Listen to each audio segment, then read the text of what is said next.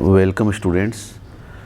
एक बार फिर से राजनीति विज्ञान की कक्षा में बीए पार्ट फर्स्ट के स्टूडेंट्स का स्वागत है। हम तुलनात्मक राजनीति विज्ञान की नवीन अवधारणाओं के बारे में अध्ययन कर रहे हैं, जिसमें राजनीतिक व्यवस्था क्या है, राजनीतिक आधुनिकीकरण क्या है और राजनीतिक विकास क्या है, उसके बारे में हमें अध्ययन करना है। फर्स्ट टॉपिक जो अपना था राजनीतिक व्यवस्था क्या है, उसका हम अध्ययन कर चुके कि राजनीतिक व्यवस्था क्या है, कि राजनीतिक व्यवस्था आधुनिक तुलनात्मक राजनीति का अध्ययन करती है और इसके अंदर जनता की जो विभिन्न प्रकार की मांगें हैं उनको रूपांतरित किया जाता है, जिसमें कि शक्ति है, सत्ता है, इनकी नियम हैं, इनकी महत्वपूर्ण भूमिका है। आज का जो हमारा टॉपिक है वह है राजनीतिक आधुनिकीकरण। राजनीतिक आधुनिकीकरण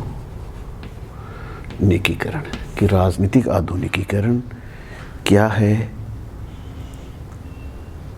इसकी परिभाषा के रूप में हम देखते हैं कि क्या पश्चिमीकरण आधुनिकीकरण है या पश्चिम की नकल करना आधुनिकीकरण है। इसके बारे में हम विस्तार से अध्ययन करेंगे। तो तुलनात्मक राजनीति के अंतर्गत राजनीतिक आधुनिकीकरण का जब अध्ययन करते हैं तो इसका जो एक अर्थ हमारे सामने आता है कि राजनीतिक आधुनिकीकरण साधनों के विवेकपूर्ण प्रयोग पर आधारित है और जिसका लक्ष्य है आधुनिक समाज की स्थापना करना। कि जो क्लाइड वेल्च है उसका मानना है कि आधुनिकीकरण साधनों के विवेकपूर्ण प्रयोग पर आधारित है और जिसका लक्ष्य है आधुनिक समाज की स्थापना करना। इसके साथ साथ राजनीतिक आधुनिकीकरण के बारे में जो भारतीय विचारक हैं एस.पी. वर्मा, उन्होंने इसे एक बहुपक्षीय अवधारणा माना है। जैसे कि कोई एक आधार पर हम नहीं कह सकते कि राजनीतिक आधुनिकीकरण है। ये एक बहुपक्षीय अवधारणा है। मनोवैज्ञानिक स्तर पर व्यक्तियों के मनोभावों में, सोच में, विचार में, कार्यों में परिवर्तन, सामाजिक स्तर पर रहन सहन में अंतर आना, आर्थिक स्तर पर कृषि के स्थान पर औद्योगिकरण को बढ़ावा देना, शिक्षा के स्तर पर शिक्षा के जो विभिन्न आयाम हैं उनमें परिवर्तन लाना। अर्थात एस.पी. वर्मा का मानना है कि राजनीतिक आधुनिकीकरण एक बहुपक्षीय अवधारणा है जो मनोवैज्ञानिक स्तर पर, बौद्धिक स्तर पर, सामाजिक स्तर पर और जो जनानिकी अंतर के आधार पर, बाजारीकरण के आधार पर कार्य करती है। इसके साथ साथ आधुनिकीकरण के बारे में जो अन्य विचारक हैं कि नगरीकरण, शहरीकरण, शिक्षा के क्षेत्र में वृद्धि, जो सकल घरेलू आय है इसमें वृद्धि, ये भी कुछ आधुनिकीकरण के जो हमें टूल्स हैं जो बताते हैं राजनीतिक आधुनिकीकरण के बारे में। कृषि के स्थान पर औद्योगिकीकरण, यह भी एक हमें बताता है आधुनिकीकरण के बारे में। तो राजनीतिक जो आधुनिकीकरण की हम बात करते हैं तो राजनीतिक आधुनिकीकरण जो है वह एक प्रकार से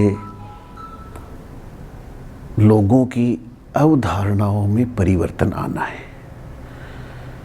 अगर हम माने, एक उदाहरण लें कि क्या पश्चिमीकरण की जो नकल है वह आधुनिकीकरण है, तो इस संबंध में ये कहा जा सकता है कि जो पश्चिमीकरण की नकल करना आधुनिकीकरण नहीं होकर साधनों के विवेकपूर्ण प्रयोग पर का प्रयोग करना और आधुनिक समाज की स्थापना करना आधुनिकीकरण है।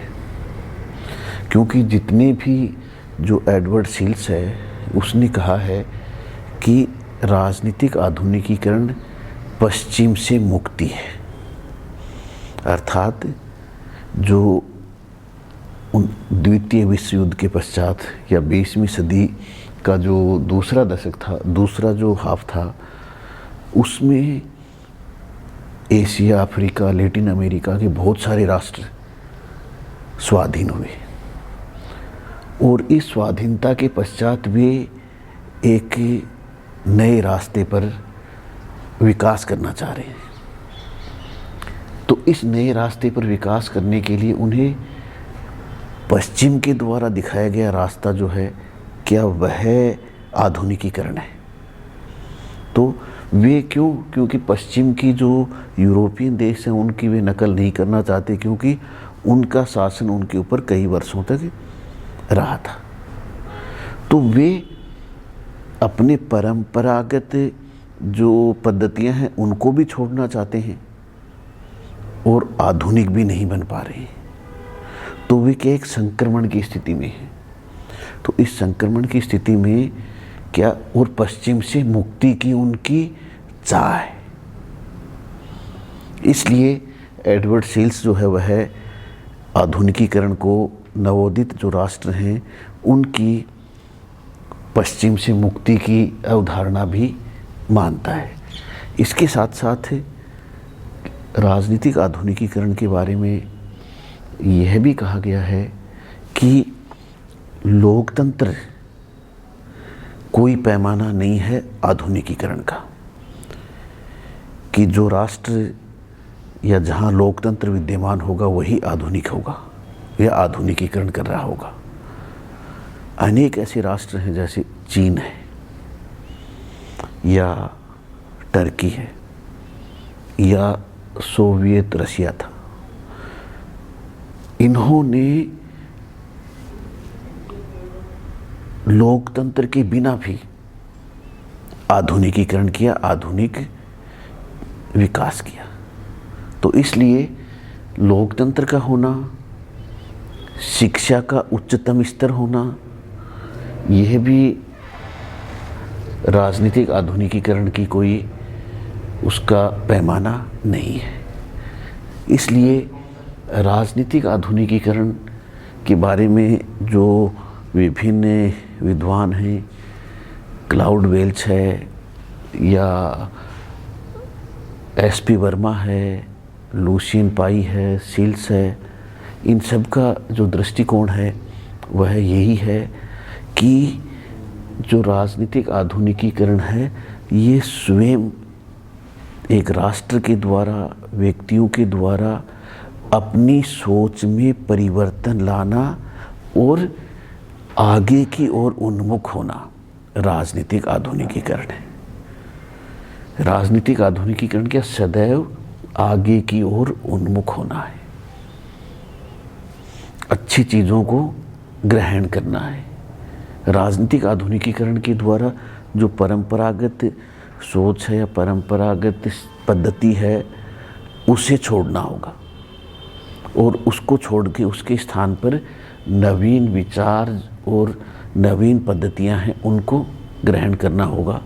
क्योंकि जो ये तुलनात्मक राजनीति के विभिन्न हमारे जो ये अवधारणाएं हैं, जैसे राजनीतिक आधुनिकीकरण की अवधारणा हम माने या इसके साथ साथ हम जो दूसरी राजनीतिक व्यवस्था की अवधारणा माने, तो इन सब के अंदर एक ये इंटरडिसिप्लिनरी अप्रोच पर आधारित है।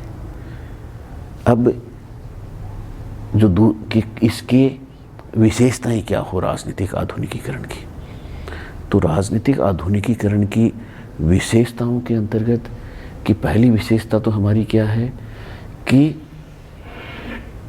शासन में सहभागिता करना राजनीतिक आधुनिकीकरण है।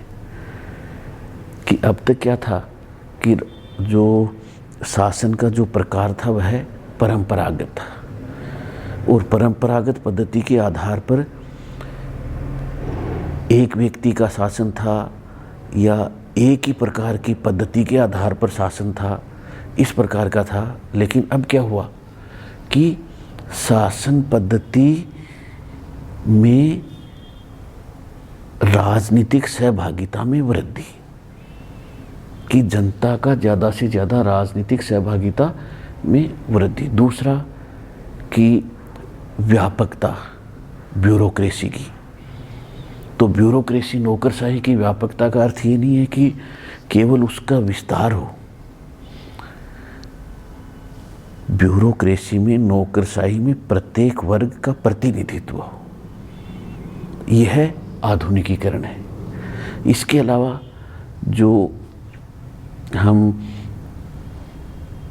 एग्रेरियन सोसाइटी के स्थान पर जो है किस प्रकार की औद्योगिक सोसाइटी की स्थापना करना, जो हमारी पहली की परिभाषा है कि साधनों के विवेकपूर्ण प्रयोग पर आधारित, maximum utilization of resources is modernization, कि जो उपलब्ध संसाधन है उसका अगर भरपूर हम प्रयोग कर पाते हैं तभी आधुनिक, और जिसका लक्ष्य आधुनिक समाज की स्थापना करना है, तभी हम आधुनिकीकरण को अपना पाते हैं। तो इसलिए जो अपना राजनीतिक आधुनिकीकरण है, यह एक जो टॉपिक हमारा है तुलनात्मक राजनीति का, यह हमें सोचने पर या ये एक विवेचना करने पर, परीक्षण करने पर विवश करता है कि जो हमारे राष्ट्र हैं वे आधुनिक कैसे हो सकते हैं और आधुनिकीकरण के किस स्टेज पर हैं भी, कि न केवल साधनों का विवेकपूर्ण प्रयोग ही है बल्कि स्वयं की सोच में परिवर्तन लाना भी आधुनिकीकरण है। स्वयं के संस्कारों में, मतलब जहाँ तक मैं आपको बताना चाह रहा हूँ कि किसी की नकल करना आधुनिकीकरण नहीं है। अमेरिका की, ब्रिटेन की, यूरोपियन देशों की नकल करना आधुनिकीकरण नहीं हो सकता। उनके जैसी शासन व्यवस्थाओं की, संस्थाओं की स्थापना करने से आधुनिकीकरण नहीं होगा। ये तो फिर ये कब होगा? ये आधुनिकीकरण हमें, जैसे कि एसपी वर्मा कह रही कि बहुपक्षीय है। नकल करना या दूसरे के किसी के मॉडल को अपनाना, यह या केवल पहनावे में, खान पान में परिवर्तन कर देना आधुनिकीकरण नहीं। यह तो मनोवैज्ञानिक आधार पर विचारों में परिवर्तन, बौद्धिक आधार पर ज्ञान का विस्तरण करना, संचार के साधनों का परिवर्तन करना, उनमें अधिक से अधिक वृद्धि करना। और यह इसके साथ साथ जैसे कि हम देख रहे हैं कि राजनीतिक और सामाजिक गतिशीलता, आगे से आगे की जो ट्रेडिशनल पैटर्न है उसका जो अनुपयोगी है उसे छोड़ते जाना और अच्छी चीज़ों को अपनाते जाना, यह आधुनिकीकरण है। इसलिए हम अनेक बार देखते हैं कि राजनीतिक आधुनिकीकरण और राजनीतिक पतन कि देश जो है वे निरंतर गतिशील हैं, चलते रह रहे हैं और हैं, लेकिन ये किस हो अच्छाई की ओर, ऊपर की तरफ, नवीन समाज की स्थापना करना। अब इन दोनों का जो हम कि राजनीतिक आधुनिकीकरण क्या राजनीतिक विकास है, तो राजनीतिक आधुनिकीकरण राजनीतिक विकास का पूर्वगामी है। राजनीतिक विकास की स्टेज कब आएगी? जब हम राजनीतिक सहभागिता में अधिकतम वृद्धि होगी। लेकिन आधुनिकीकरण कौन सी स्टेज है? विचारों में, संस्कारों में, मनोभावों में, संसाधनों के प्रयोग में मैक्सिमम यूटिलाइजेशन लाना, मैक्सिमम उनका प्रयोग करना। इसलिए हम जो आज का जो हमारा राजनीतिक आधुनिकीकरण का टॉपिक है, उसमें जो अध्ययन हमारा है कि आधुनिकीकरण का अर्थ क्या है। आधुनिकीकरण जो है नकल करना नहीं है, पश्चिमीकरण करना नहीं है। आधुनिकीकरण साधनों का विवेकपूर्ण प्रयोग है।